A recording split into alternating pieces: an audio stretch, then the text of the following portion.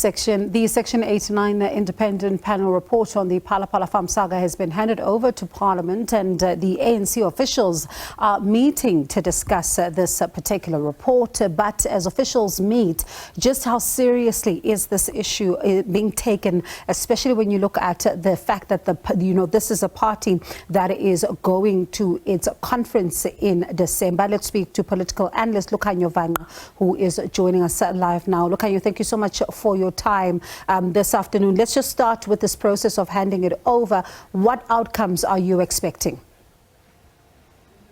Well, thank you for inviting me, Bongiwe. I think there could be three outcomes really from the report. One could be that the expert panel has found that indeed there is prima facie evidence that the president is a case to answer. The second one is that they find no, there is no evidence. And the third one is a case of maybe, which I think would be the worst outcome that would have, because you would have this unresolved matter still hanging over the president's head and still casting a very dark cloud over the rest of the country, where they say, well, it looks like there is smoke there, but there's not enough fire for us to call the fire brigade, this time around being a Section 89 committee. So let's wait and see what the other law enforcement agencies might be able to uncover, and then the expert panel will then have a look at the matter again afresh when more evidence has been gathered. So let's say then, maybe hypothetically speaking, it goes with your first answer, and looking at the fact that this matter is going back now to the National Assembly, and we know who is in the majority in the National Assembly. How do you see this one playing out? Are we going to see a repeat of what we saw in the past with the closing of ranks, or do you think things could be different? I think in all likelihood, you would see the ANC using its majority of parliament. It currently has a 57% representation in parliament in the National Assembly. They could use that to sort of snuff out any impeachment process at its infancy, even if the Section 89 committee, for an example, says, yes, there is prima facie evidence for a Section 89 committee on the impeachment of the president to go ahead. The ANC could use their powers on the National Assembly floor to vote against the establishment of any such a committee. And, one of the critical things this afternoon, I guess, even the viewers watching to see what comes out from this one, is the fact that ANC leaders are meeting to discuss this particular report. Are they too late?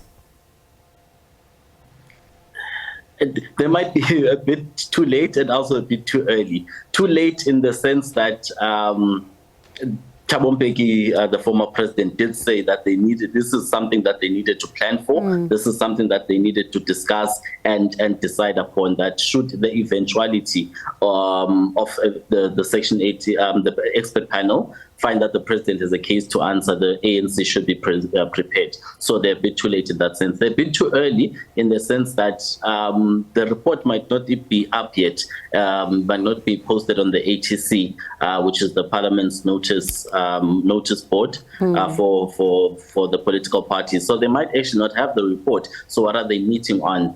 What are they discussing? So it might be a bit too early in that respect. And reading, a News 24 article recently quoting the current ANC chair, Gwede Mantashe, saying that the scandal of Phala Phala is not the same as that of Digital Vibes. Do you agree?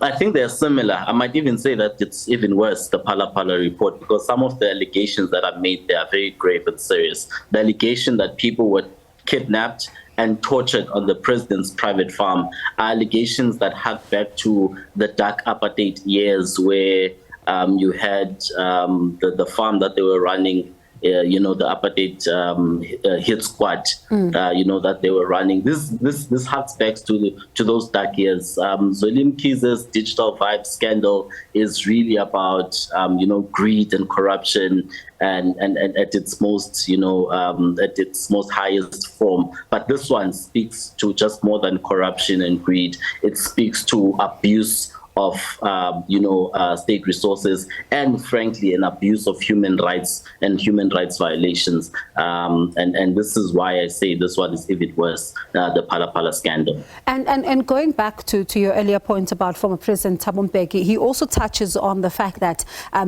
this has not made things easy on the perceptions front, because people are watching this unfold and also watching how the ANC is handling this particular matter. Let's talk about then the image of the office of the president, as well as the image of the president right now, both in and outside of South Africa, in the midst of these allegations.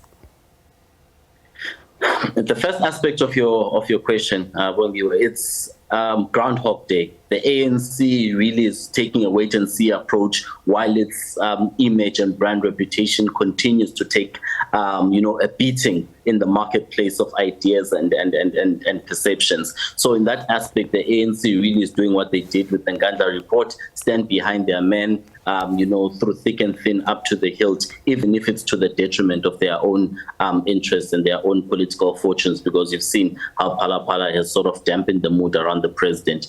Internationally, that you have a head of state that is facing such serious accusations of gross human rights violations, of people being tortured and being kidnapped and tortured on his farm. I mean, you think back to how Idi Amin is remembered in history, where he was having people tortured and killed on his farm. You think about Stalin, when he had people, he's remembered in history that he had people in his backyard, in his house, who were being tortured and killed because they were political opponents. So now you have a situation where people who are said to have committed a crime of theft against the president don't go through the normal processes in South Africa, the judicial processes. They go through an extrajudicial process wherein they are hunted down in the dead of the night, kidnapped, surreptitiously taken to the president's private farm, and there they face, serious torture.